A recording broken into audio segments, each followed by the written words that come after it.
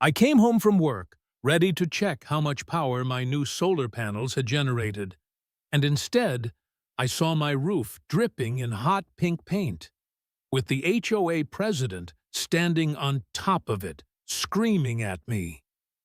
When I called the cops, she called them too, and told them I was the threat. But the moment she realized I'd been recording everything, her face turned ghost white. Let me take you back a bit. My name's Malcolm Reed. I'm a black attorney, corporate side, and after 20 years grinding it out, I finally bought my dream house. Big porch, oak trees, perfect south-facing roof in this supposedly upscale neighborhood called Rosemead Pines. Picture quiet streets, perfect lawns, and about 100 rules for how tall your grass can be. I thought I'd made it. What I didn't expect was Constance Elridge, the HOA president from hell. First time we met, she strutted across the street in a peach blazer, hair frozen in time like it hadn't moved since the 80s, clutching a clipboard like it was a weapon. She gave me that smile, tight-lipped, cold eyes, and said, "Welcome to Rosemead Pines. Just making sure you've reviewed our community guidelines." Then she handed me a binder thicker than my law school textbook. I flipped through it. Pages and pages about mailbox color, bush height. What kind of wreaths are aesthetic? And then I saw it. All exterior modifications must receive HOA approval. At the time, I smiled and said, "Of course. I'm planning to install solar panels soon. I'll submit everything properly." She narrowed her eyes. "I do hope you're not planning anything too modern. We value tradition here." Now, I've been black in America long enough to hear what she wasn't saying. Tradition is one of those words that walks a tightrope between pride and prejudice. But I kept my cool, submitted all the permits, renderings, even got a letter from the installer saying the panels would match the roof line. I dotted every I, crossed every T. Then came the first rejection: insufficient documentation. Second rejection: concerns about community precedent. Third, requires neighborhood input. By the fourth, I knew. This wasn't about paperwork. This was personal. But see, I don't lose. I spent 10 years arguing against billion-dollar companies, so I did what I do. Research.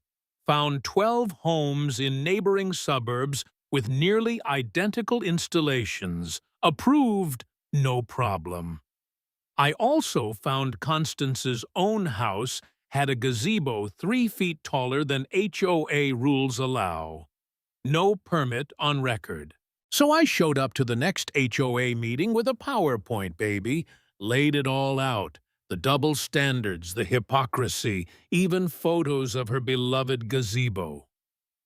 Room went dead silent. She turned a shade of red I'd only ever seen on fire trucks.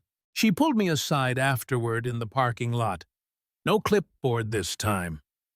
"Listen," she hissed. "You may think your fancy job and your panels matter, but we have standards in this neighborhood, and people like you clearly don't understand them."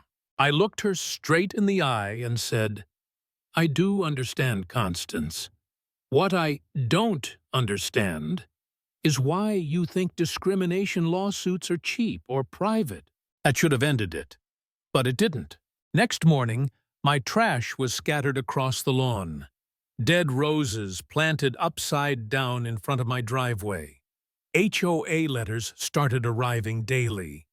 Every neighbor suddenly had concerns. My rose bushes were too exotic. My wind chimes too loud. One old woman claimed my solar panels would give her migraines. "My hydrangeas are nervous," she said. I laughed, but deep down I knew this wasn't over. So I went ahead and installed the panels. The state protects renewable energy upgrades. Permits in order. Fully legal.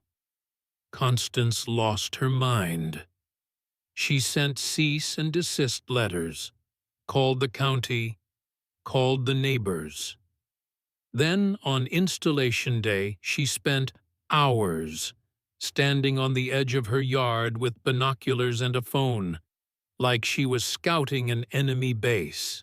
The tipping point came when she marched onto my lawn, shrieking at the crew. "You're destroying this neighborhood," she shouted, pointing at my panels like they were cursed relics. "This is my street." I told her she was trespassing. She told me to call the cops. So I did. They showed up, looked at my permits, looked at her, and told her to get off my property or get arrested.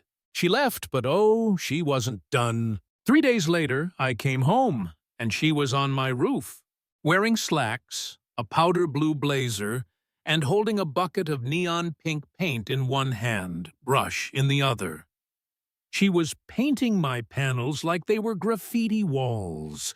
I froze. For a second, I genuinely thought I was dreaming. But I wasn't. I hit record on my phone and shouted up, "Constance, what the hell are you doing?" She turned like I'd slapped her. "Protecting our neighborhood," she shrieked. "These hideous things are a disgrace." "Those hideous things cost $12,000, I yelled back. She kept painting. I called 911. Neighbors started trickling out onto their porches. Some looked horrified. Others were recording too. I climbed halfway up the ladder, still filming, and told her, "This is felony vandalism. You need to come down right now." And then it happened. She turned to me, paint all over her blazer, hair wild, eyes filled with hate, and said, "People like you don't belong here. You come in with your urban projects and ruin what we've built." I just kept filming. "You mean solar panels?" Her lips curled. "Don't twist my words. We have standards." Just then, the sirens came. 3 squad cars pulled up. One of the officers recognized me from before. "Ma'am," he called up through a megaphone, "put the paintbrush down and come down the ladder." Slowly. Constance froze.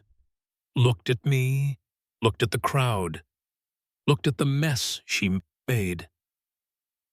"Oh God," she whispered, "what have I done?"